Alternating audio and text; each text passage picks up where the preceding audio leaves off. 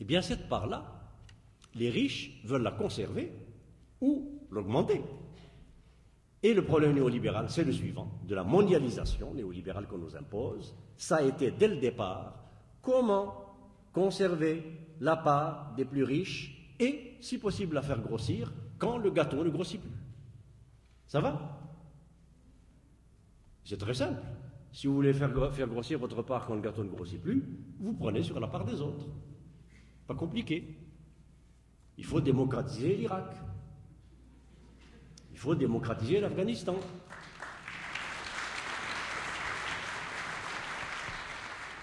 Il faut envoyer les multinationales en Afrique. Il faut faire payer tous ceux qui étudient. Hein? Tous ces maudits jeunes qui thésaurisent l'argent. Et les assistés sociaux qui ont des bicyclettes. Vous trouvez ça normal, vous, qu'un assisté ait une bicyclette? Hein? Bon. Il faut couper les bibliothèques, couper les livres dans les écoles, baisser les salaires des profs, baisser les subventions pour les pauvres et les malades et les vieux, etc. Ça va? Ça s'appelle privatiser, rationaliser et rendre plus efficace dans le langage de la mondialisation. Et moi, j'appelle ça envoyer de l'argent public dans les poches privées des petits copains de ceux qui font nos gouvernements.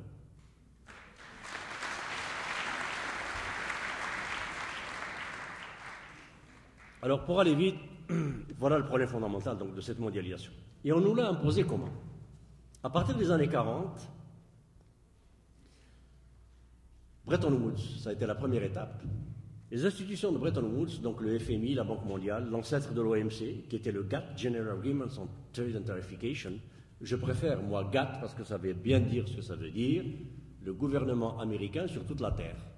Ça, c'est clair. Mais ils ont changé ça pour OMC plus tard.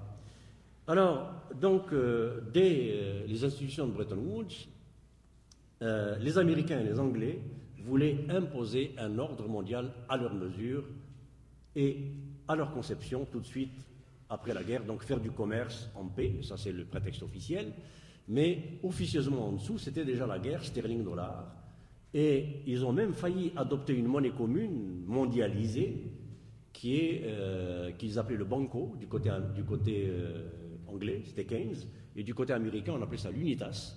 Mais finalement, ils ne se sont pas mis d'accord parce qu'ils voulaient encore continuer la guerre sterling au dollar. Et vous savez, c'est le dollar qui a gagné. Donc, et un dollar convertible à parité égale avec une certaine quantité d'or, ce qui maintenait une certaine stabilité.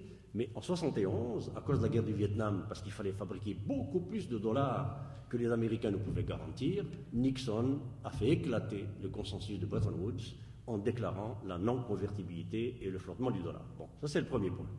Deuxième, c'est la doctrine du containment, en français l'endiguement, endiguer. Dès le gouvernement Truman, tout de suite après la Seconde Guerre mondiale, donc, la doctrine du containment, c'était de contenir l'Union soviétique et le bloc de l'Est dans ses frontières et l'empêcher d'aller ailleurs. Et un officier de la CIA a déclaré récemment, qui a participé à la guerre froide, il a dit cette époque-là, c'était un jeu d'échecs gigantesque et c'était vraiment à qui enlèverait le plus de pièces à l'autre. Et les pièces, c'est des sphères d'influence, et les sphères d'influence, c'est des pays. Et vous allez voir dans un instant quelle importance ça a. Deuxième importance que ça a, c'est que la doctrine du containment, de l'endiguement du bloc de l'Est, s'est basée beaucoup sur la fabrication de Ben Laden et de ultra-islamistes radicaux wahhabistes pour s'opposer à l'aspect athée du communisme qu'on présentait essentiellement donc à ces musulmans-là dans les frontières sud-ouest de l'Union soviétique. Et ça a été un des pions dans l'échiquier américain, largement financé par l'Arabie saoudite, les pétrodollars, l'Amérique via le Pakistan, pour aboutir à la guerre afghano-russe soviétique, comme vous le savez. Bon. Ensuite, il y a eu le macartisme et l'anti-ouvriérisme US, toujours en 1946. Le sénateur McCarthy a été chargé, avec sa commission, de voir dans la fonction publique américaine s'il y avait des traîtres, des gens qui avaient des sympathies anarchistes ou communistes ou socialistes. Et on demandait, ça me rappelle ce qui se passe maintenant, vous savez que maintenant, pour la bonne gouvernance d'entreprise et de gouvernement avec les commandites, Enron et tout ça, on est en train de demander aux fonctionnaires et aux travailleurs de faire de la délation. J'espère que vous le savez. Eh bien, c'est exactement comme l'époque du macartisme. Dénoncer tout camarade, tout copain de travail ou copine de travail qui a des idées ou qui a des sympathies anarchistes, socialistes, ouvriéristes, syndicalistes, et on le virait minimalita. Donc, ensuite, et ça, évidemment, ça a empêché toute éclosion d'idées ouvriéristes ou de politiques de classe laborieuse aux États-Unis, notamment et en Amérique du Nord. Et évidemment, ça a laissé le champ libre aux idées néolibérales qui sont des idées de capitalistes, de capitalisme financier sauvage. Les démocrates, c'est l'argent et le capitalisme financier du nord-est des États-Unis. Les républicains, c'est l'argent et le capitalisme financier du sud-ouest des États-Unis. L'échiquier politique américain, il n'y a rien d'autre que l'argent. Et canadien aussi. On va bientôt avoir les conservateurs, je m'en réjouis. Troisième ou quatrième étape, c'est la liquidation des non-alignés. Alors ça, c'est très important.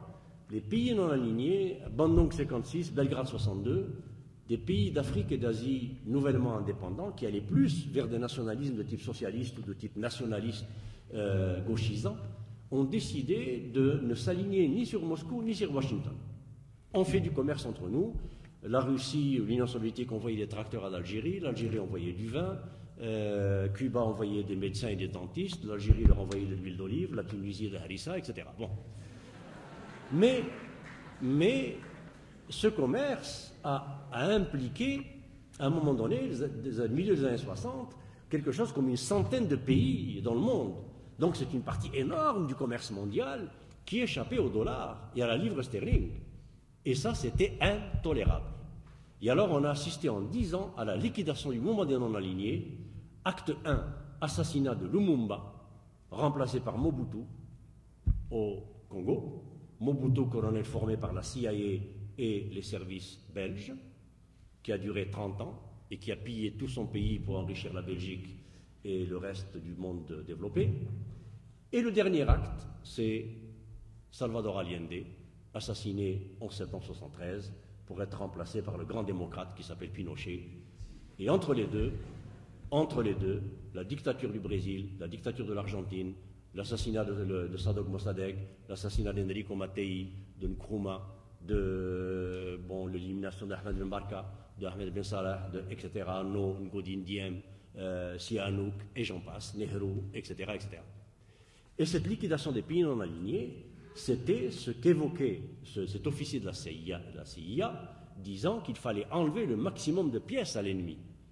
Donc tous ces pays non alignés qui étaient plus en commerce et en relation avec l'Union soviétique, il fallait à tout prix les enlever à l'Union soviétique par des actes de quoi? D'assassinat politique, par des actes barbares, des actes de coup d'État, remplaçant des gens démocratiquement élus, le premier chef d'État démocratiquement élu d'Amérique latine, Salvador Allende, par un dictateur sanguinaire qui s'est appelé Pinochet et qui a contribué au plan Condor américain et à l'expansion des conséquences de l'école des Amériques, qui à l'époque était au Panama et qui formait via Washington tous les dirigeants de l'Amérique latine et qui était chargé d'éliminer toute opposition non désirée par Washington dans la région.